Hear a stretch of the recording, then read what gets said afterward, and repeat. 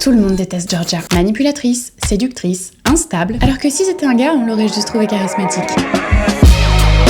Georgia, si tu ne la connais pas, c'est une mère de famille qu'on peut qualifier de toxique. Elle ment, elle contrôle toute sa mif, elle est genre overprotectrice. C'est ce qu'on appelle un anti-héros, dont on n'arrive pas à avoir de l'empathie. Après, est-ce qu'il faut de l'empathie avec ce personnage? J'en sais rien, c'est une autre question. En tout cas, si le personnage de Georgia avait été un personnage masculin, la question elle se serait pas posée en fait. On aurait eu de l'empathie pour ce personnage, on aurait été touché, et surtout, on lui aurait trouvé 1001 excuses à son comportement quoi. Tu me crois pas? Regarde Joe. Il est tellement romantisé qu'on en oublie parfois qu'il est toxique. Idem avec Frank Underwood, Harvey dans Suits, deux personnages à qui on excuse absolument tout au nom de la stratégie. Et cette manie, tu vois, de montrer systématiquement les meufs comme des monstres, mais de toujours humaniser les gars, pour des archétypes totalement similaires en fait, ça a un impact et je le vois sur moi, tu vois. L'autre jour, je fais du shopping avec ma pote pour un gros événement. Puis à un moment, tu vois, on est dans la cabine d'essayage, on essaye et tout. Elle essaye une robe. Là, je lui fais une remarque pas très sympa. Sous couvert de blague, hein, c'était une blague, mais c'était pas drôle en fait. Et tu vois, c'est ce genre de vanne où au moment même où tu l'as fait, tu sens que c'est nul, mais c'est trop tard, c'est dit. Donc bah